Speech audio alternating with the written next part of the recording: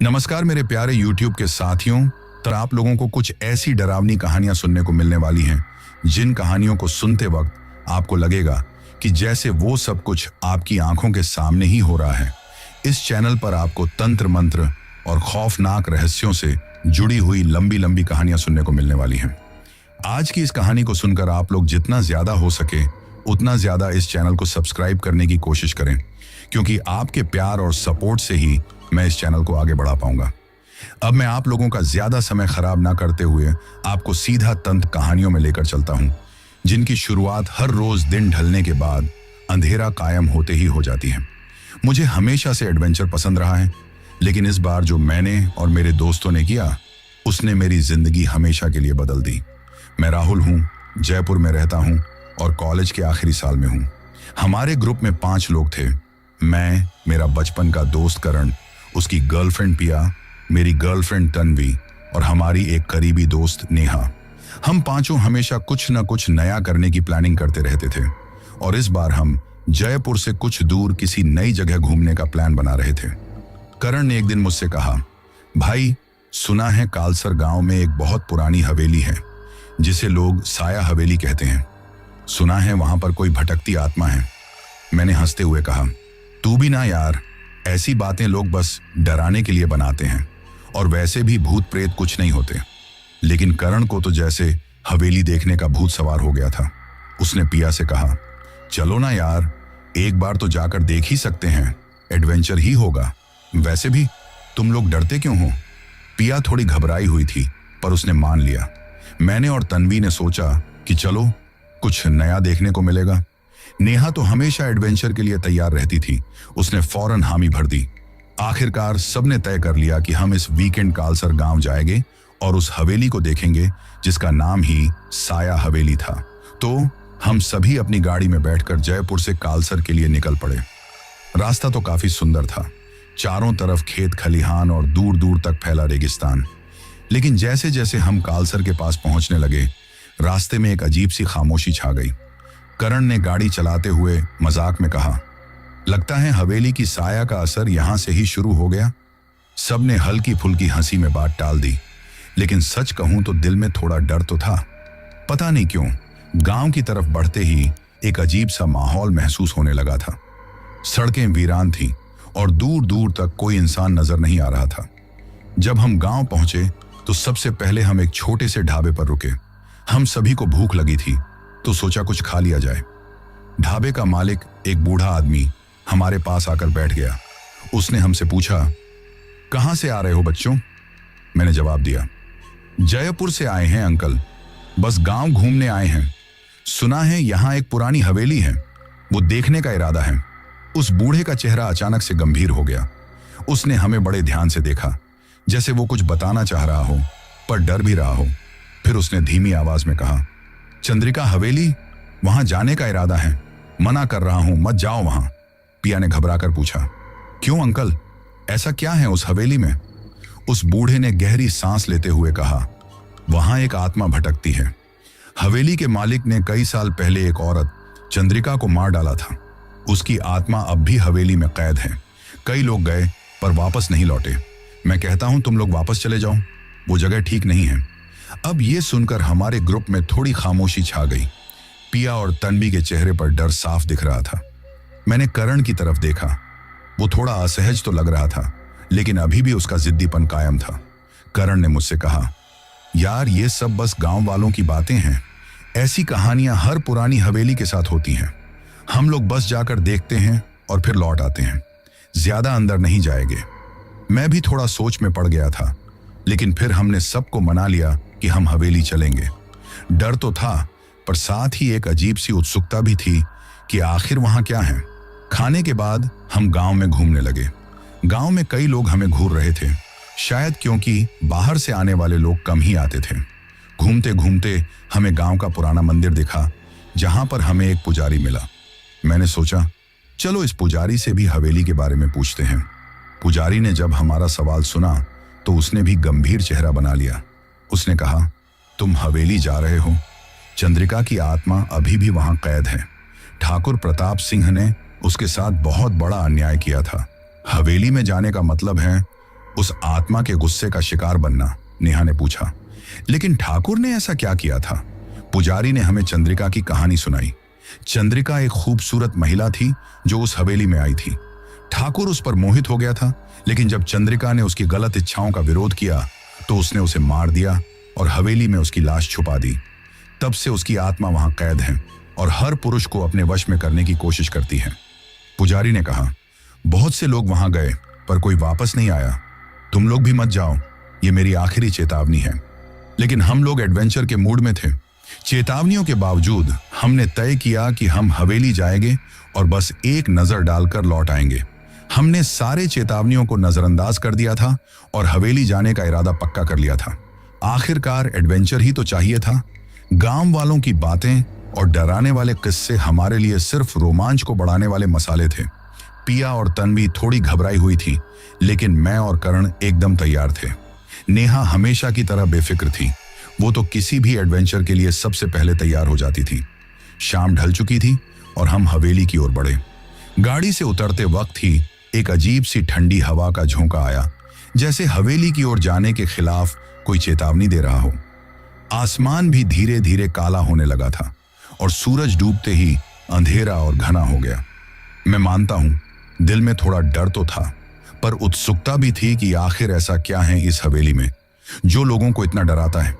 करण ने मुझसे कहा, राहुल, ये जगह कितनी शानदार है ना? सोच, अगर इसमें कोई साया है तो क्या रोमांच होगा। मैंने हंसकर जवाब दिया, भाई भूत वूत कुछ नहीं होते, ये सब बस मन का वोम है। चल अंदर चलते हैं। हवेली का बड़ा भारी लोहे का गेट हमारे सामने खड़ा था। करण ने गेट को धक्का दिया तो वो जोर की आवाज के साथ खुला। अंदर घुसते ही पहली नजर हवेली पर पड़ी, इतनी बड़ी और भव्य जैसे किसी जमाने में ये रॉयल हवेली रही होगी। दीवारों पर जगह जगह जाले लगे हुए थे और हवेली की खिड़कियों के शीशे टूटे हुए थे।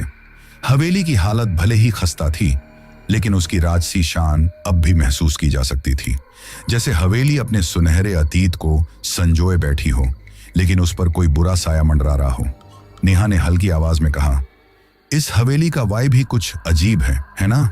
लगता है जैसे कोई हमें देख रहा है। मैंने उसे छेड़ते हुए कहा, अरे तुझे तो भूत वूत का कोई मौका ही चाहिए डरने का, कुछ नहीं है यहाँ। पिया ने चारों तरफ नजर दौड़ाई और बोली, राहुल, तुम्हें सच में ये जगह ठीक लग रही है? मुझे तो अजीब सा डर लग रहा है, यहाँ रहना सही नहीं लग रहा। मैंने उसे तसल्ली दी, अरे सब ठीक है, हम बस थोड़ी देर घूमकर वापस चलेंगे, डरने की जरूरत नहीं है। करण हमेशा की तरह सबसे आगे था।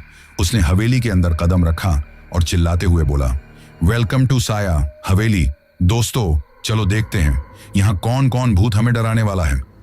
हवेली के अंदर घुसते ही माहौल और भी ठंडा हो गया। हवा भारी सी लग रही थी, जैसे हर सांस के साथ कुछ अजीब अंदर जा रहा हो। हमने अपने फोन की टॉर्च ऑन कर ली क्योंकि अंदर बहुत अंधेरा था। फर्श पर धूल की मोटी परत जमी हुई थी और हमारे कदमों की आवाज हवेली के अंदर गूंज रही थी। करण ने मुझसे कहा, राहुल देख यहाँ कितनी बड़ी पेंटिंग्स लगी हुई हैं। ये सब देखो कैसा रॉयल लुक है। वो सही कह रहा था। दीवारों पर पुरानी पेंटिंग्स लटकी हुई थी, कुछ राजा रानी की, कुछ पुराने युद्धों की। लेकिन उन तस्वीरों में से एक पेंटिंग ने मेरा ध्यान खींचा। वो पेंटिंग चंद्रिका की थी, एक बेहद खूबसूरत औरत। उसकी आंखों में कुछ ऐसा था जो सीधे दिल को चीरता था। ऐसा लग रहा था जैसे वो पेंटिंग से बाहर आकर हमें देख रही हो। मैंने हंसते हुए कहा, ये वही चंद्रिका होगी जिसके बारे में पुजारी बता रहा था। पिया ने उस पेंटिंग की ओर देखा और थोड़ी घबराई हुई बोली, राहुल, मुझे ये पेंटिंग बिल्कुल अच्छी नहीं लग रही। इसकी आंखें जैसे हमें घूर रही हों। मैंने कहा, अरे पिया, ये तो बस एक पेंटिंग है, कुछ नहीं होगा, डरना छोड़ो। हम आगे बढ़े और हवेली के दूसरे हिस्सों को देखने लगे। कमरे बड़े बड़े थे और हर कमरे में वही वीरानी फैली हुई थी। दीवारों पर धूल जमी थी, छत से मकड़ियों के जाले लटक रहे थे। करण ने एक कमरे में एक पुरानी कुर्सी देखी और उस पर बैठते हुए बोला, देखो यार, यहाँ का राजा भी ऐसे ही बैठा करता होगा। सब ने हंसते हुए उसका मजाक उड़ाया।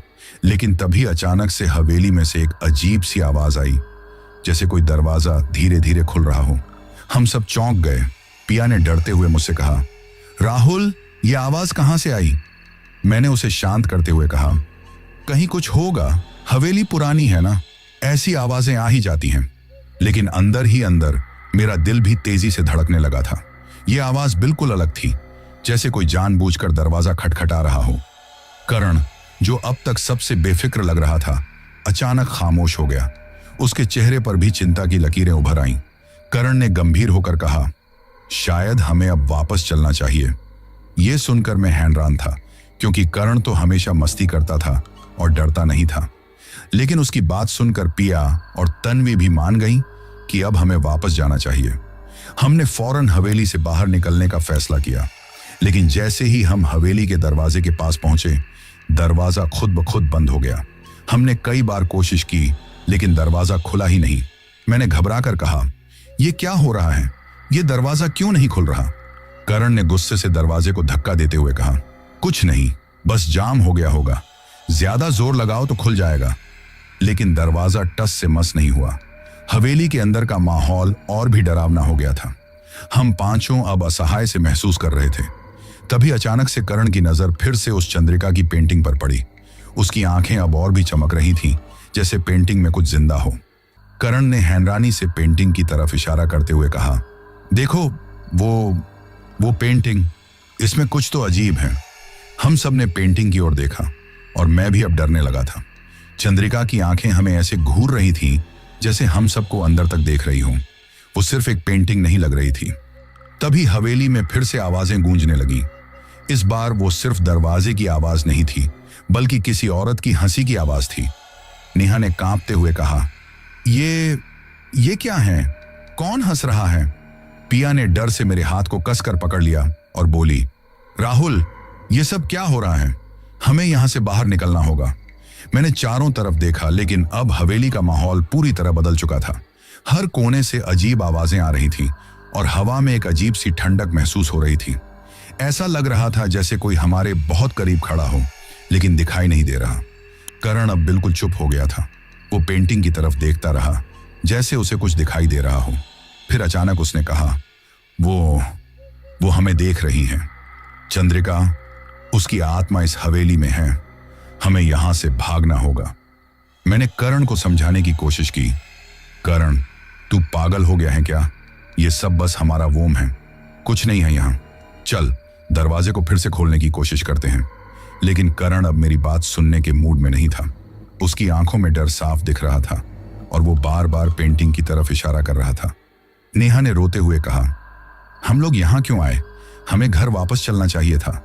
ये सब हमारी गलती है। अचानक हवेली में और भी तेज आवाज। हमने हवेली के दरवाजे के पास कदम रखा और एक अजीब सा सन्नाटा महसूस किया।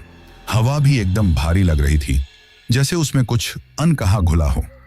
दिल में डर था, पर हम सभी एडवेंचर की भूख में आगे बढ़े। हवेली का मुख्य दरवाजा काफी पुराना था, जंग लगा हुआ, और शायद कई सालों से किसी ने इसे खोला नहीं था। करण ने उसे जोर से धक्का दिया।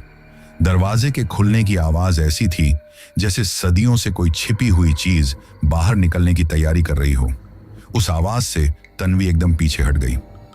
यार, ये मुझे ठीक नहीं लग रहा, तन्वी ने धीरे से कहा। मैंने उसकी तरफ देखते हुए कहा, तन्वी, सब ठीक है, बस अंदर चलते हैं, जल्दी ही लौटेंगे, डरने की कोई बात नहीं है। पर अंदर कदम रखते ही जो महसूस हुआ, उसने मेरे पूरे शरीर को सिहरन से भर दिया। हवेली में घुसते ही एक ठंडक सी लगने लगी। अंदर का माहौल बाहर से भी ज्यादा भारी था। वो पुरानी जर्जर हवेली एकदम वीरान और भयावह लग रही थी। फर्श पर धूल की मोटी परत थी, दीवारों पर जाले और फटे पुराने पर्दे लटक रहे थे। हर कदम पर जमी हुई धूल से अजीब सी महक आ रही थी, जैसे पुराने दिनों की कोई अनकही कहानी हो जो हवा में घुली हो। करण ने सबसे आगे बढ़ते हुए कहा, देख यार, कितना बड़ा हॉल है। सोच, किसी जमाने में यहां शाही दावतें होती होंगी। पिया ने उसके पास आकर उसकी बात काटी। शाही दावतें छोड़ो, मुझे तो लगता है यहां कुछ भयानक हुआ है। ये जगह पता नहीं क्यों, पर मुझे यहां बिल्कुल अच्छा नहीं लग रहा। मैंने पिया को हिम्मत देते हुए कहा, तू बेफिक्र रह, बस थोड़ी देर देखते हैं और फिर निकलते हैं। कोई साया वाया नहीं है यहाँ। फिर हम सब ने अपने फोन की टॉर्च ऑन की और धीरे धीरे अंदर का मुआयना करने लगे। हवेली इतनी बड़ी थी कि लग रहा था जैसे वो हमें अपने भीतर समा लेगी। हर कोना स्याह और भयावह था और टॉर्च की रोशनी भी बहुत दूर तक नहीं जा रही थी। नेहा ने थोड़ा डरते हुए कहा, राहुल, तुझे नहीं लगता कि यहां कुछ गलत है? ये जगह जैसे कोई हमें देख रहा हो। मैंने उसकी बात हंसी में उड़ा दी। तू तो हर बात पर डर जाती है नेहा। कुछ नहीं है यहाँ, बस हमारी अपनी डरावनी सोच है। लेकिन अंदर ही अंदर मैं भी महसूस कर रहा था कि कुछ अजीब है। वो सन्नाटा, वो ठंडी हवा और चारों ओर फैली अजीब सी खामोशी, जैसे यहाँ कुछ छिपा हुआ था। हम आगे बढ़ते रहे, एक एक कमरे को खोलते गए। करण एक बड़े से कमरे के सामने जाकर रुका। दरवाजा थोड़ा खुला हुआ था। उसने अंदर झांकते हुए कहा, अरे यार, देख इस कमरे को, क्या शाही चीजें रही होंगी यहाँ। मैं और बाकी सब भी उसके पीछे अंदर गए। कमरे में एक बड़ी पुरानी कुर्सी और एक लंबी मेज पड़ी हुई थी। दीवारों पर कुछ पुरानी तस्वीरें टंगी थीं। वो तस्वीरें शायद इस हवेली के राजाओं और रानियों की थी। लेकिन उनमें से एक तस्वीर ने सबका ध्यान खींचा। वो एक महिला की तस्वीर थी, बड़ी बड़ी आंखों वाली। उसके बाल खुले हुए थे और चेहरे पर एक अजीब सा भाव था। वो महिला कोई और नहीं, चंद्रिका थी। उसकी आंखें इतनी गहरी और डरावनी थीं कि ऐसा लग रहा था जैसे वो तस्वीर में से हमें घूर रही हो। करण ने हल्की आवाज में कहा, यही है शायद वो चंद्रिका जिसके बारे में सब बातें कर रहे थे। पिया ने उस तस्वीर को देखकर डरते हुए कहा, राहुल, ये मुझे सही नहीं लग रहा। ये तस्वीर, इसकी आंखें जैसे हमें देख रही हो। मैंने मजाक करते हुए कहा, अरे ये बस पुरानी पेंटिंग है, तू बेकार में डर रही है। पर सच्चाई ये थी कि मैं खुद भी थोड़ा असहज महसूस कर रहा था। चंद्रिका की आंखों में कुछ ऐसा था जो सीधा दिल में उतर रहा था, जैसे वो कुछ कहना चाह रही हो। और तभी कमरे के कोने में से हमें कुछ सरसराहट की आवाज सुनाई दी, जैसे कोई दीवारों के अंदर चल रहा हो। नेहा ने तुरंत पीछे मुड़कर कहा, ये आवाज, ये कहां से आ रही है? करण ने उसे शांत करते हुए कहा, कुछ नहीं यार, बस पुरानी हवेली है, ऐसी आवाजें तो आएंगी ही। हम फिर से आगे बढ़ने लगे, लेकिन अब हम सभी थोड़े असहज थे। जैसे जैसे हम हवेली के और अंदर जाते गए, आवाजें बढ़ने लगीं। दरवाजों का धीमे से खड़कना, फर्श पर कुछ खिसकने की आवाजें। हर तरफ एक अजीब सी बेचैनी फैली हुई थी। पिया और तन्वी के चेहरे पर डर साफ दिखाई देने लगा था। करण ने थोड़ी देर बाद कहा, मुझे लगता है हमें अब वापस चलना चाहिए, काफी देख लिया। मैंने भी महसूस किया कि हवेली का माहौल अब और डरावना हो गया था। हम सब दरवाजे की तरफ वापस जाने लगे, लेकिन तभी दरवाजा जोर की आवाज से खुद ब खुद बंद हो गया। हम सब एक साथ रुक गए। पिया ने घबराते हुए कहा, राहुल, ये क्या हुआ? दरवाजा अपने आप कैसे बंद हो गया? मैंने दरवाजे की तरफ दौड़ते हुए कहा, शायद हवा से हुआ होगा, रुक, मैं खोलता हूं। मैंने दरवाजा खोलने की पूरी कोशिश की, लेकिन वो हिल ही नहीं रहा था। करण ने भी अपनी पूरी ताकत लगाई, पर दरवाजा जैसे अब जाम हो चुका था। वो खुलने का नाम ही नहीं ले रहा था। तन्वी ने कांपती आवाज में कहा, अब क्या करेंगे? हम यहां फंस गए हैं। मैंने खुद को शांत रखने की कोशिश करते हुए कहा, कुछ नहीं हुआ है, दरवाजा बस जाम हो गया है। हम कोई दूसरी खिड़की या दरवाजा ढूंढेंगे। हम सब वापस मुड़े और हवेली के अंदर दूसरी तरफ जाने लगे। लेकिन अब हवेली में आवाजें और भी तेज होने लगी थी। हर कदम पर हमें महसूस हो रहा था जैसे कोई हमारा पीछा कर रहा हो, हमें घूर रहा हो। करण, जो अब तक सबसे बेफिक्र था, अब भी खामोश और गंभीर था। तभी हम उस कमरे के पास पहुंचे जहां चंद्रिका की तस्वीर लगी थी। इस बार करण अचानक से तस्वीर के सामने रुक गया और एक तक उसे देखने लगा। उसकी आंखें तस्वीर में जमी हुई थीं, जैसे वो किसी गहरी सोच में खो गया हो। मैंने उसे झकझोरते हुए कहा, करण, क्या कर रहा है? चल जल्दी बाहर निकलते हैं। लेकिन करण ने मेरी बात नहीं सुनी। वो बस तस्वीर की तरफ देखता रहा और फिर धीरे से बुदबुदाया, वो हमें देख रही है, वो अब भी यहां है। ये सुनकर मेरी रूह कांप गई। तू क्या बकवास कर रहा है? ये बस एक पेंटिंग है, चल यहां से। लेकिन करण अब एकदम अलग दिख रहा था। उसकी आंखों में डर और हैरानी थी। ऐसा लग रहा था जैसे उसने सच में कुछ देखा हो। करण की हालत देखकर मुझे अजीब सा डर महसूस होने लगा। वो जो हमेशा मजाक उड़ाता था, अब खुद एकदम बुत बनकर चुपचाप चंद्रिका की तस्वीर को घूर रहा था। उसकी आंखें एकदम खाली और चेहरा सफेद पड़ चुका था, जैसे किसी ने उसकी सारी हिम्मत खींच ली हो।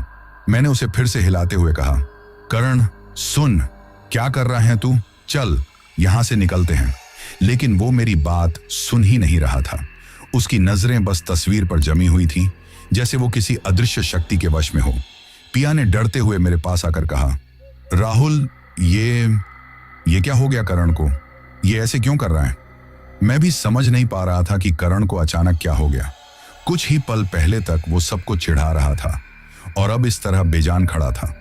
मैंने फिर से उसका कंधा पकड़कर झकझोरा, करण उठ, ये कोई मजाक नहीं है।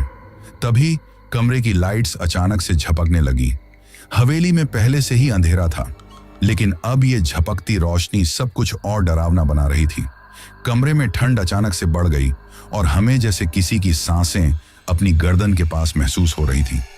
मेरे रोंगटे खड़े हो गए।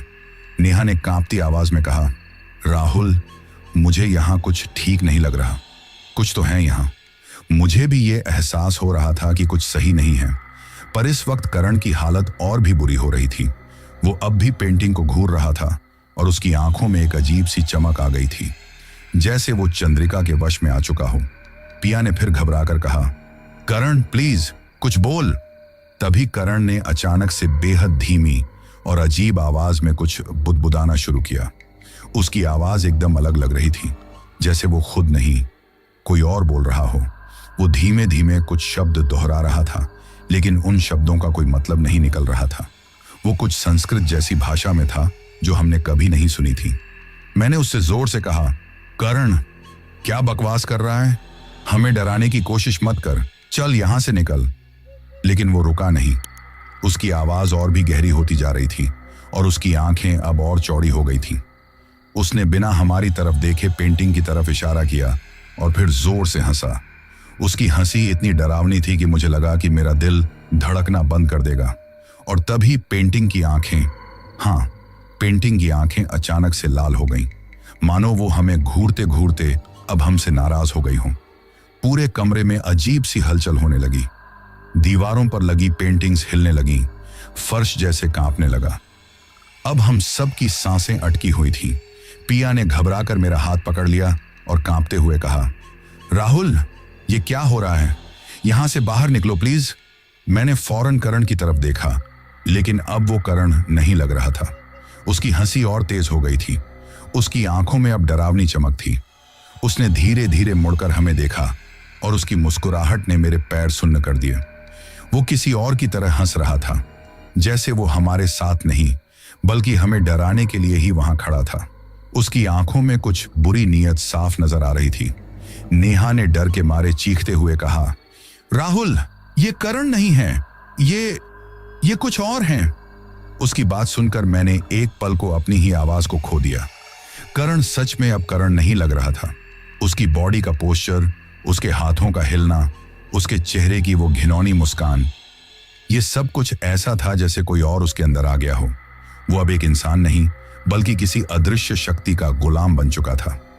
मैंने करण को पकड़ने की कोशिश की, लेकिन तभी वो अचानक से पीछे हट गया। उसकी हंसी अब गूंज रही थी और हवा में उसकी आवाज की खौफनाक गूंज से पूरा कमरा सिहरने लगा। हम सब सकते में खड़े थे और फिर कमरे की लाइट्स पूरी तरह बंद हो गईं। एकदम घुप अंधेरा। उस अंधेरे में सिर्फ करण की हंसी गूंज रही थी और तभी एक औरत की आवाज हमारे कानों में गूंजी। वो आवाज धीमी मगर बेहद डरावनी थी। तुम यहां क्यों आए हो? मेरे पूरे शरीर में जैसे कोई बिजली दौड़ गई। वो आवाज हवेली की दीवारों से आ रही थी। मेरे दिमाग ने सोचने की कोशिश की कि ये बस कोई भ्रम है, लेकिन मेरे दिल ने मान लिया था कि हम अब किसी बुरे साए के चंगुल में फंस चुके थे। पिया ने जोर से चिल्लाते हुए कहा, राहुल, हमें यहां से निकलना होगा, कुछ भी करके निकलो। मैंने तेजी से दरवाजे की तरफ भागा, लेकिन दरवाजा बंद था। मैंने पूरी ताकत से उसे खोलने की कोशिश की, पर वो जैसे जाम हो चुका था। नेहा और तन्वी अब डर के मारे चीखने लगी थी और करण अब अजीब तरह से कमरे के बीच में खड़ा होकर मुस्कुरा रहा था। उसकी मुस्कान इतनी भयानक थी जैसे किसी पागल इंसान की। तभी उस भयानक आवाज ने फिर से कहा, तुमने मेरे घर में कदम रखा है, अब कोई नहीं बच सकता। मैंने पलटकर देखा और वहां ठीक हमारे सामने एक परछाई थी।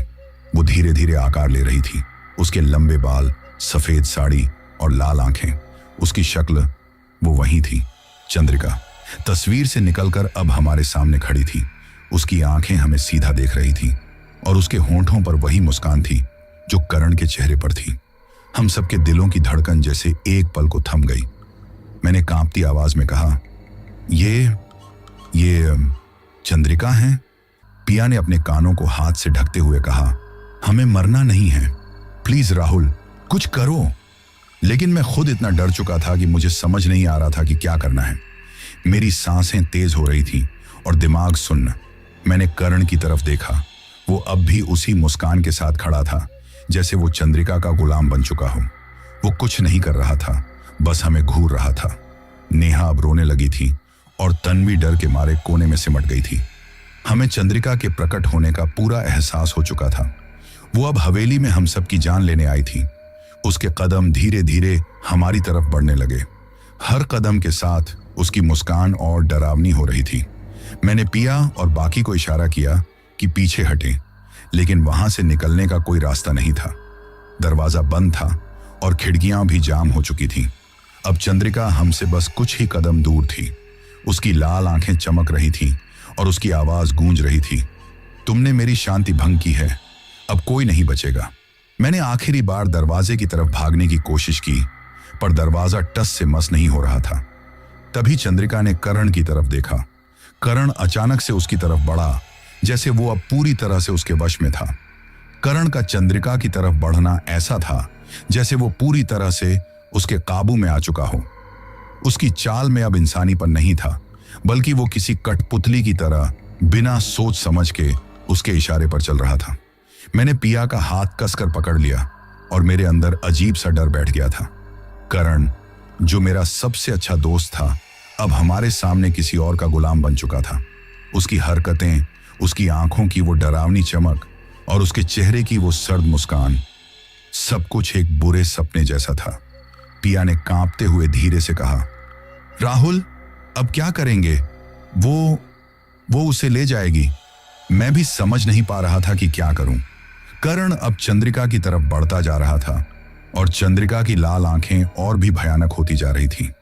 ऐसा लग रहा था जैसे उसने उसे पूरी तरह अपने वश में कर लिया हो।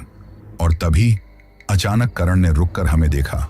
उसकी आंखों में अब वो पुरानी दोस्ती नहीं थी। अब वो हमें किसी अजनबी की तरह देख रहा था, जैसे हम यहां उसके दुश्मन हों। उसकी आवाज अब और भी गहरी और डरावनी हो चुकी थी। उसने हंसते हुए कहा, तुम सब यहां क्यों आए हो? इस हवेली में कोई बाहरी नहीं टिक सकता। मेरा दिल एकदम डूब गया। मैंने उससे कहा, करण पागल हो गया है क्या? हम तुझे यहां से लेकर चलेंगे, प्लीज चल। लेकिन करण ने मेरी बात सुनी ही नहीं। उसने हमें घूरते हुए कहा, अब कोई नहीं जा सकता, तुम सब मेरी हो, इस हवेली से कोई नहीं बचेगा। ये सुनते ही पिया फूट फूट कर रोने लगी। नेहा और तन्वी भी एकदम सुन्न खड़ी थी। उन्हें समझ नहीं आ रहा था कि क्या हो रहा है। हम सब इतनी बुरी तरह फंस चुके थे कि डर अब हमारी नसों में दौड़ रहा था। करण की हंसी अब हवेली की दीवारों से टकराकर गूंजने लगी और तभी वो अचानक हम पर झपटा। उसके झपटने की रफ्तार इतनी तेज थी कि हम समझ भी नहीं पाए कि क्या हो रहा है। मैंने तुरंत पिया को खींचकर पीछे किया, लेकिन करण ने नेहा को पकड़ लिया। नेहा की चीख इतनी जोरदार थी कि मेरे कानों में गूंजने लगी। करण ने उसे अपने दोनों हाथों से पकड़ा और उसे दीवार के साथ जोर से धक्का दे मारा। दीवार से टकराते ही नेहा का सिर फूट गया और खून की धार बहने लगी। हम सब चीख उठे। नेहा ने कांपते हुए मुझे देखा। उसकी आंखों में मौत का डर साफ झलक रहा था। वो धीरे धीरे दीवार के सहारे फिसल कर नीचे गिर गई और फिर उसकी आंखें बंद हो गईं। मैं वहीं जड़ हो गया था। मेरी सबसे करीबी दोस्त अब मेरे सामने दम तोड़ चुकी थी और मैं कुछ नहीं कर पाया। पिया ने डर से चिल्लाते हुए कहा, राहुल हमें बचाओ, वो हमें मार डालेगा। लेकिन मेरी टांगें अब काम नहीं कर रही थीं। मैं एकदम सुन्न हो चुका था। नेहा के खून से फर्श पर लाल निशान बन चुके थे और करण, वो अब एकदम शांत खड़ा था, जैसे उसने अपनी शिकार पूरा कर लिया हो।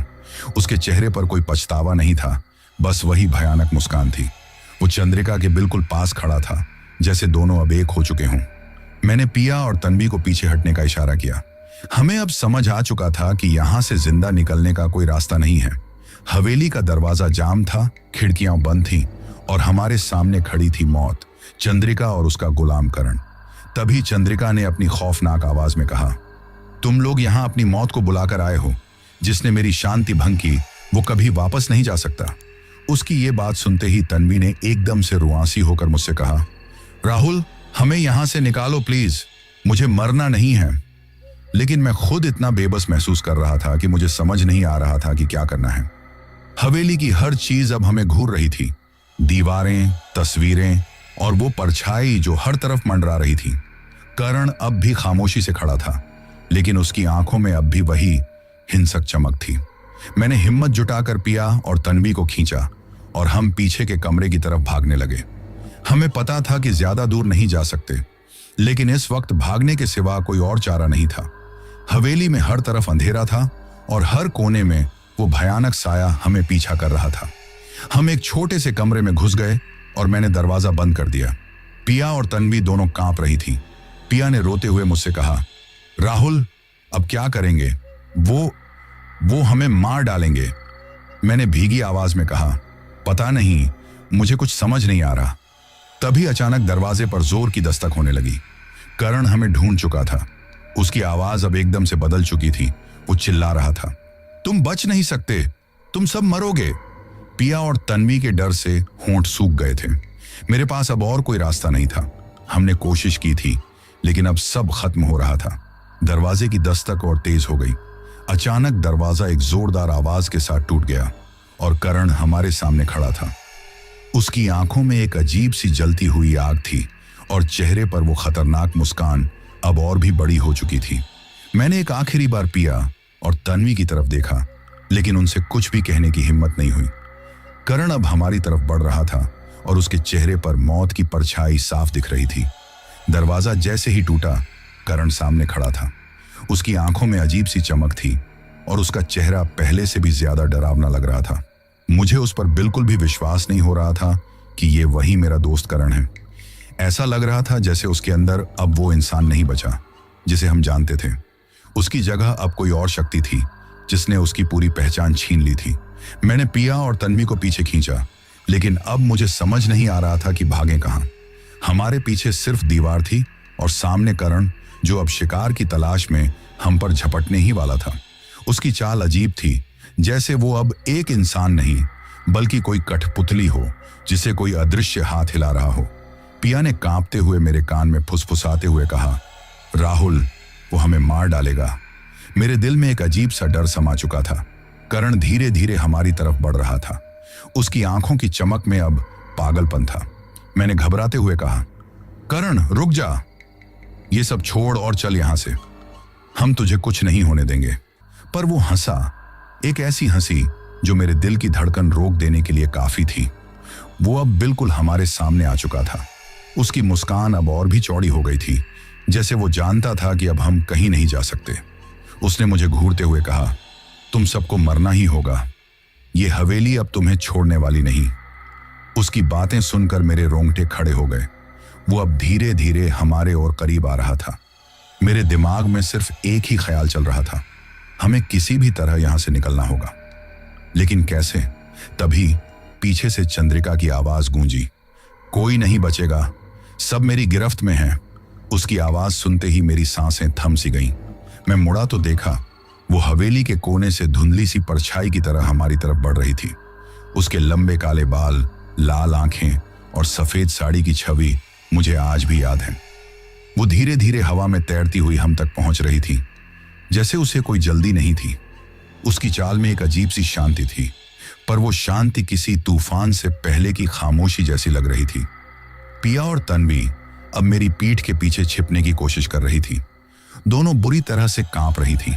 मैंने एक नजर चंद्रिका पर डाली, फिर करण पर, जो अब चंद्रिका के इशारों पर चलने वाला एक खिलौना बन चुका था। हमें यकीन हो गया था कि अब बचने का कोई रास्ता नहीं था। तभी करण ने अचानक से मेरी तरफ हाथ बढ़ाया। उसकी उंगलियां अब नुकीली हो गई थी, जैसे किसी जानवर के पंजे हों। मैंने फौरन पीछे हटने की कोशिश की, लेकिन उसकी ताकत मेरे मुकाबले बहुत ज्यादा थी। उसने मेरा गला पकड़ लिया और मुझे जमीन से उठा लिया। उसकी पकड़ इतनी मजबूत थी कि मैं सांस नहीं ले पा रहा था। उसकी आंखों में सिर्फ खून की प्यास दिखाई दे रही थी। मेरे गले से सिर्फ घुटी हुई आवाज निकल रही थी, मैंने किसी तरह से उसकी पकड़ से छूटने की कोशिश की, लेकिन वो इतना मजबूत हो गया था कि मेरे हाथ पैर मारने का कोई फायदा नहीं हो रहा था। उसकी उंगलियां मेरे गले में धंस रही थीं और मेरी आंखों के सामने सब कुछ धुंधला होने लगा था। तभी पिया ने पीछे से एक लकड़ी का बड़ा टुकड़ा उठाया और करण के सिर पर जोर से मार दिया। करण का ध्यान थोड़ा बंटा और उसकी पकड़ थोड़ी ढीली हुई। मैंने तुरंत उसकी पकड़ से खुद को छुड़ाया और जमीन पर गिर पड़ा। मेरी सांसें उखड़ रही थीं, लेकिन अभी भी हमें यहां से निकलने का कोई रास्ता नहीं मिल रहा था। करण कुछ सेकंड के लिए रुक गया था, लेकिन फिर उसने पिया की तरफ अपनी नजरें घुमा ली। उसकी आंखों में अब और ज्यादा पागलपन था। वो गुस्से में पिया की तरफ बढ़ा। पिया ने डर से मेरी तरफ देखा, लेकिन अब उसकी भी हालत खराब थी। मैंने किसी तरह से खड़े होकर पिया को पीछे खींचा। हमें जल्दी से कमरे से बाहर निकलना था, लेकिन करण अब हमारे पीछे आ चुका था। यहां से निकलना होगा, मैंने पिया और तन्वी से कहा, और हम तीनों कमरे के बाहर की तरफ भागने लगे। करण हमारे पीछे पीछे दौड़ रहा था और उसके हर कदम की आवाज हमें और तेज भागने के लिए मजबूर कर रही थी। हम भागते हुए एक और बड़े कमरे में पहुंचे। कमरे के चारों ओर फर्नीचर बिखरे पड़े थे और एक बड़ी खिड़की से चांद की हल्की रोशनी अंदर आ रही थी। मैंने उस खिड़की की तरफ देखा। शायद ये हमारा आखिरी रास्ता था। वो खिड़की, मैंने पिया को इशारा करते हुए कहा, वहां से बाहर निकल सकते हैं। हम भागकर खिड़की तक पहुंचे। खिड़की पर पुराना जंग लगा हुआ लोहे का ग्रिल था, लेकिन मैंने किसी तरह अपनी पूरी ताकत लगाकर उसे हिलाने की कोशिश की। पिया और तन्वी भी मेरी मदद करने लगी। हमने पूरी ताकत से ग्रिल को हिलाया और आखिरकार वो टूटकर नीचे गिर पड़ा। लेकिन तभी पीछे से करण की जोरदार चीख सुनाई दी। वो अब भी हमें पकड़ने के लिए दौड़ रहा था। उसके कदमों की आवाज और पास आती जा रही थी। मैंने फौरन पिया को खिड़की से बाहर निकलने का इशारा किया। पिया पहले निकली, फिर तन्वी। दोनों जैसे तैसे खिड़की से बाहर कूद गईं। अब मेरी बारी थी, लेकिन तभी करण ने मेरा पैर पकड़ लिया। मेरे पूरे शरीर में सिहरन दौड़ गई। करण की पकड़ बेहद मजबूत थी। उसकी आंखों में अब केवल नफरत और खून की प्यास थी। मैंने जितना हो सकता था उतनी जोर से अपना पैर छुड़ाने की कोशिश की। बाहर से पिया और तन्वी मुझे खींचने की कोशिश कर रही थी और आखिरकार हम मिलकर करण की पकड़ से छूट गए। मैंने खिड़की से बाहर कूदकर जमीन पर गिरते हुए महसूस किया कि हम अब भी जिंदा थे। हमारी सांसें बुरी तरह फूल रही थीं। तन्वी और पिया के चेहरे पर डर और थकान साफ दिख रही थी। करण अब भी हवेली के अंदर खड़ा था और उसकी आंखें अब भी हमें घूर रही थीं, लेकिन वो बाहर नहीं आया। ऐसा लग रहा था कि चंद्रिका की शक्ति सिर्फ हवेली के अंदर तक सीमित थी। उसने करण को अपने वश में कर लिया था, लेकिन हवेली से बाहर वो कुछ नहीं कर सकती थी। हम तीनों ने किसी तरह खड़े होकर खुद को संभाला। हवेली के बाहर का सन्नाटा और भी भारी लग रहा था, लेकिन अब हमें यकीन हो गया था कि हम जिंदा थे।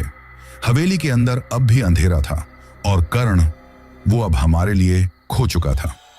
वो अब उस साए का हिस्सा बन चुका था जिसने हवेली को अपने कब्जे में कर रखा था। हमने बिना कोई दूसरा पल गंवाए वहां से भागना शुरू कर दिया। हम हवेली से बाहर निकल तो आए थे, लेकिन दिल की धड़कनें अब भी रुकने का नाम नहीं ले रही थीं। हवेली के बाहर खड़े होकर भी ऐसा लग रहा था जैसे वो साया अब भी हमें देख रहा हो। मैंने पिया और तन्वी की तरफ देखा। दोनों बुरी तरह कांप रही थीं। उनके चेहरे पर डर साफ झलक रहा था, लेकिन सच्चाई ये थी कि मैं भी भीतर से पूरी तरह टूट चुका था। नेहा अब हमारे साथ नहीं थी और करण अब कभी नहीं लौटेगा। हम वहां से भाग रहे थे, लेकिन हवेली से निकलकर जंगल के रास्ते पर पहुंचते ही अचानक ऐसा लगा जैसे कदमों की रफ्तार धीमी पड़ने लगी हो। मेरे दिमाग में एक ही सवाल गूंज रहा था, क्या ये अंत है? क्या हम सच में बच गए हैं? तभी पिया ने थकी हुई आवाज में कहा, राहुल, रुकना पड़ेगा, मैं और नहीं भाग सकती। उसकी सांसें तेज हो रही थीं और उसकी आंखों में अब भी वही खौफ था। तन्वी भी पूरी तरह हाँफ रही थी। मैंने थोड़ी दूर आगे जाकर रुकते हुए कहा, ठीक है, पर ज्यादा देर नहीं रुक सकते। जल्दी हो सके इस गांव से दूर निकलना होगा। हम तीनों एक पेड़ के पास बैठ गए, लेकिन मेरे दिमाग में हवेली के अंदर हुई सारी भयानक घटनाएं घूम रही थी। करण का वो डरावना चेहरा, नेहा की मौत और चंद्रिका का भयानक साया, सब कुछ इतना तेजी से हुआ था कि समझने का मौका भी नहीं मिला। तन्वी ने अचानक मेरे कंधे पर हाथ रखा और कहा, राहुल, अब क्या करेंगे? हमें सच में बचने का कोई रास्ता मिलेगा? मैंने उसकी तरफ देखा और एक लंबी सांस लेते हुए कहा, पता नहीं तन्वी, लेकिन हमें कोशिश करनी होगी। यहां रुकना भी खतरे से खाली नहीं है। पिया ने थकी हुई आवाज में कहा, हमने तो हवेली छोड़ दी, पर वो साया अब भी हमारे पीछे है। राहुल, मुझे अब भी ऐसा लग रहा है कि वो हमें देख रही हैं। उसकी ये बात सुनकर मेरे अंदर का डर और भी गहरा हो गया। हवेली से काफी दूर आकर भी ये महसूस हो रहा था कि चंद्रिका ने हमें पूरी तरह नहीं छोड़ा। वो अभी भी हमारी जान लेने के लिए तैयार थी। अचानक पेड़ के पीछे से किसी के चलने की आहट सुनाई दी। हम सबके दिलों में डर की एक तेज लहर दौड़ गई। मैंने झट से पिया और तन्वी को इशारा किया कि शांत रहें। आहट धीरे धीरे तेज हो रही थी और फिर उसी अंधेरे से करण का चेहरा उभरा। मैंने अपने पैरों तले जमीन खिसकती महसूस की। करण, वो फिर से हमारे सामने खड़ा था, लेकिन इस बार वो पहले से भी ज्यादा डरावना लग रहा था। उसकी आंखों में वही चमक थी जैसे चंद्रिका ने अब पूरी तरह से उसे अपने वश में कर लिया हो। उसकी हंसी धीमी थी, पर वो हमारे रोंगटे खड़े करने के लिए काफी थी। तुम लोग भाग सकते हो, लेकिन बच नहीं सकते, करण ने हंसते हुए कहा। उसकी आवाज अब इंसानी नहीं थी, बल्कि एक सर्द साया उस आवाज में घुला हुआ था। पिया और तन्वी अब पूरी तरह से सुन्न थी। हम सबको समझ आ चुका था कि यह कोई साधारण इंसानी लड़ाई नहीं थी। हम किसी और ही शक्ति से टकरा रहे थे, एक ऐसी शक्ति जिसने करण को अपना गुलाम बना लिया था। मैंने कांपती आवाज में कहा, करण, तू ऐसा क्यों कर रहा है? हम तेरे दोस्त हैं, ये तू नहीं है। लेकिन करण की मुस्कान और चौड़ी हो गई। करण अब नहीं रहा राहुल, अब यहां सिर्फ चंद्रिका है। उसने मुझे चुना है, अब तुम सब उसके हो और मैं तुम्हें यहां से जाने नहीं दूंगा। उसकी बातें सुनकर मेरी रूह कांप गई। मेरे बचपन का सबसे अच्छा दोस्त अब हमारे सामने मौत बनकर खड़ा था। मैं जानता था कि अब यह सब खत्म करने का वक्त आ चुका था, लेकिन कैसे? चंद्रिका ने उसे पूरी तरह अपने वश में कर लिया था और अब हमारे पास ज्यादा समय नहीं था। तभी अचानक करण ने हम पर हमला कर दिया। वो बेहद तेजी से हमारी तरफ दौड़ा, जैसे किसी जंगली जानवर ने शिकार को पकड़ने की ठान ली हो। मैंने पिया और तन्वी को पीछे धकेलते हुए चिल्लाया, भागो, जल्दी भागो। हम सब दौड़ पड़े, लेकिन करण की रफ्तार इंसानी नहीं थी। वो कुछ ही सेकंड में हमारे पीछे आ चुका था। मैंने महसूस किया कि अब कोई चमत्कार ही हमें बचा सकता था। हम दौड़ते दौड़ते एक पुराने मंदिर के पास पहुंचे। वो मंदिर वीरान और टूटा फूटा था, जैसे सदियों से किसी ने उसकी देखभाल नहीं की हो। लेकिन इस वक्त हमें कोई और जगह नहीं दिख रही थी। मैं और पिया तुरंत मंदिर के अंदर घुस गए और तन्वी भी पीछे पीछे आ गई। करण अब बाहर खड़ा था और उसकी आंखें हमें घूर रही थीं। तुम बच नहीं सकते राहुल, करण ने दरवाजे के बाहर से चिल्लाते हुए कहा। उसकी आवाज अब और भी डरावनी हो गई थी। मंदिर के अंदर अजीब सी शांति थी, जैसे किसी शक्ति ने करण को वहां घुसने से रोक दिया हो।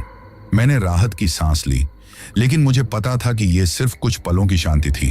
पिया ने डरते हुए कहा, राहुल, अब क्या करेंगे? वो बाहर हैं, हमें मार देगा।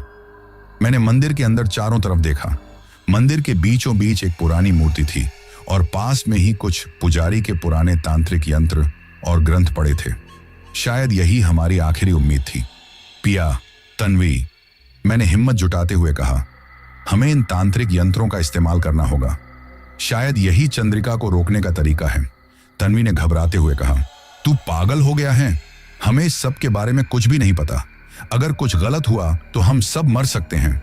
हम पहले ही मरने के कगार पर हैं, मैंने चीखते हुए कहा। हमें कुछ तो करना होगा, वरना वो हमें मार देगा। हम तीनों ने जल्दी जल्दी उन यंत्रों और मंत्रों को पढ़ने की कोशिश की। मैंने जितना हो सका उतनी जल्दी मंत्रों को समझा। बाहर करण अब भी हमारे दरवाजे पर दस्तक दे रहा था और हर बार उसकी आवाज और तेज होती जा रही थी। मेरी सांसें थम चुकी थीं, लेकिन अब यह हमारा आखिरी मौका था। हमने मिलकर उस मंत्र को पढ़ा और जैसे ही मंत्र पूरा हुआ, मंदिर के अंदर एक तेज रोशनी फैल गई। करण, जो दरवाजे के बाहर था, अचानक चीखने लगा। उसकी चीख इतनी जोरदार थी कि हवेली तक उसकी आवाज गूंज रही थी। मैंने देखा कि करण का शरीर धीरे धीरे नीचे गिरने लगा और उसकी आंखों की वो डरावनी चमक अब गायब हो गई थी। वो अब फिर से वही करण लग रहा था जो हमारा दोस्त था, लेकिन चंद्रिका की चीखें अब भी गूंज रही थीं। वो साया धीरे धीरे मंदिर के चारों ओर फैल रहा था, लेकिन उस शक्ति ने उसे मंदिर के अंदर आने नहीं दिया। और फिर अचानक सब कुछ शांत हो गया। करण का शरीर मंदिर के बाहर पड़ा था और उसकी सांसें थम चुकी थीं। चंद्रिका का साया अब गायब हो चुका था लेकिन उसके साथ करण भी चला गया था। मैंने भारी दिल से पिया और तन्वी की तरफ देखा। हम तीनों सुन्न खड़े थे। करण अब हमारे बीच नहीं था और उसकी मौत ने हमें हमेशा के लिए बदल दिया था। हम मंदिर के बाहर आए और बिना कुछ बोले करण की लाश को वहीं छोड़कर धीरे धीरे गांव की तरफ चलने लगे। हम तीनों चुपचाप मंदिर से बाहर निकल आए। करण का शरीर वहीं पड़ा था, ठंडा और बेजान। उसकी आंखें अब बंद थीं और चेहरे पर कोई भाव नहीं था। वो चेहरा जो कभी मेरा सबसे अच्छा दोस्त हुआ करता था, अब सिर्फ एक खोई हुई आत्मा की तरह दिख रहा था। पिया और तन्वी ने कुछ नहीं कहा और सच कहूं तो कहने के लिए हमारे पास अब कुछ बचा भी नहीं था। हम तीनों एक ऐसी लड़ाई से होकर आए थे जिसने हमें भीतर से पूरी तरह से तोड़ दिया था। रात अब और भी गहरी हो चुकी थी और हवेली की तरफ देखने की हिम्मत मुझ में नहीं बची थी। उस जगह ने मुझसे मेरा सबसे करीबी दोस्त छीन लिया था। नेहा की मौत, करण की वो हालत, सब कुछ मेरी आंखों के सामने हुआ और मैं कुछ नहीं कर पाया। मेरे कदम भारी हो रहे थे लेकिन हमें वहां से जाना था। पिया ने धीरे से मेरा हाथ पकड़ा और थरथराती आवाज में कहा, राहुल, ये सब कभी खत्म नहीं होगा, है ना? उसकी बात सुनकर मैंने उसकी तरफ देखा। उसकी आंखों में दर्द और डर साफ झलक रहा था। मैं जानता था कि वो जो पूछ रही थी उसका जवाब मेरे पास नहीं था। जो हमने देखा, जो हमने महसूस किया, वो सब कुछ हमारी समझ से परे था। मैंने बस धीरे से उसका हाथ दबाया और कहा, शायद, लेकिन अभी के लिए हम जिंदा हैं। हम धीरे धीरे गांव की तरफ चलने लगे। कदमों में अब भी डर था लेकिन मन में एक ही ख्याल घूम रहा था कि हम किसी तरह वहां से निकल जाएं। पिया और तन्वी दोनों मेरी बगल में चल रही थीं और हम में से कोई भी पीछे मुड़कर हवेली की तरफ देखने की हिम्मत नहीं कर पा रहा था। ऐसा लग रहा था जैसे उस जगह का अंधेरा अब भी हमें खींचने की कोशिश कर रहा हो। गांव तक पहुंचते पहुंचते सुबह होने लगी थी। सूरज की हल्की किरणें आसमान में उभरने लगी थीं, लेकिन हमारे दिलों में अब भी रात का वही अंधेरा पसरा हुआ था। जैसे जैसे हम गांव के करीब पहुंचे, हमें कुछ लोग दिखने लगे जो अपनी रोजमर्रा की जिंदगी में व्यस्त थे। उनके लिए ये एक आम दिन था, लेकिन हमारे लिए ये रात हमेशा के लिए बदल चुकी थी। हम गांव के ढाबे के पास रुके, वही ढाबा जहां हमने पहली बार हवेली की कहानी सुनी थी। बूढ़ा ढाबे वाला हमें देख रहा था और उसकी आंखों में वही डर था जो उसने हमें पहले दिन चेतावनी देते वक्त दिखाया था। उसने दूर से ही देख लिया था कि करण हमारे साथ नहीं था। उसने हमारी तरफ आते हुए सिर हिलाकर बस इतना कहा, कहाँ था ना बच्चे, वो हवेली किसी को वापस नहीं आने देती। मैंने उसकी तरफ देखा लेकिन कोई जवाब नहीं दिया। मेरे पास अब कहने के लिए कुछ बचा नहीं था। मैं बस वहां से निकल जाना चाहता था, इस गांव से, इस डरावनी रात से और उन यादों से जो मेरी जिंदगी को हमेशा के लिए बदल चुकी थी। पिया और तन्वी ने भी कुछ नहीं कहा। हम सब बस चुपचाप गाड़ी में बैठे और गांव से बाहर निकलने लगे। गांव की सड़कें वीरान थीं और उस सन्नाटे ने मुझे अब और भी ज्यादा असहज कर दिया था। लेकिन इस बार मैं पीछे मुड़कर नहीं देखना चाहता था। मुझे पता था कि अगर मैंने एक बार भी पीछे देखा तो शायद उस अंधेरे से बाहर निकलना कभी मुमकिन नहीं हो पाएगा। गाड़ी में एकदम खामोशी थी। तन्वी खिड़की से बाहर देख रही थी और पिया अब भी मेरे पास चुपचाप बैठी थी। मैंने उसके हाथ पर अपना हाथ रखा और हमें इस बात का एहसास हो गया था कि जो कुछ भी हुआ उसने हम तीनों को हमेशा के लिए बदल दिया था। हमने अपने सबसे करीबी दोस्तों को खो दिया था और यह साया हमारे साथ शायद हमेशा रहेगा। जैसे ही हम गांव से बाहर निकले, मेरे दिमाग में करण और नेहा की तस्वीरें बार बार घूमने लगी। उनकी मौत का खौफनाक मंजर, करण का बदलता हुआ चेहरा और चंद्रिका की वो भयानक लाल आंखें, सब कुछ मेरे अंदर कहीं गहराई तक समा चुका था। मैं जानता था कि यह डर मुझसे कभी पीछा नहीं छोड़ेगा। मैंने गाड़ी की रफ्तार तेज कर दी, जैसे इस अंधेरे से भागने की कोशिश कर रहा था। लेकिन सच्चाई ये थी कि हम इससे कभी भाग नहीं सकते थे। ये डर, ये खौफ, ये यादें, ये सब अब हमारी जिंदगी का हिस्सा बन चुकी थी। हम शहर की तरफ बढ़ रहे थे, लेकिन मैं जानता था कि मेरे मन में एक सवाल हमेशा रहेगा, क्या हम सच में बच गए हैं या फिर चंद्रिका का साया अब भी हमारे साथ है, हमारी हर सांस में, हमारे हर ख्याल में। ये सवाल मुझे हमेशा सताता रहेगा, क्योंकि जो कुछ हमने देखा उसे कभी भूला नहीं जा सकता।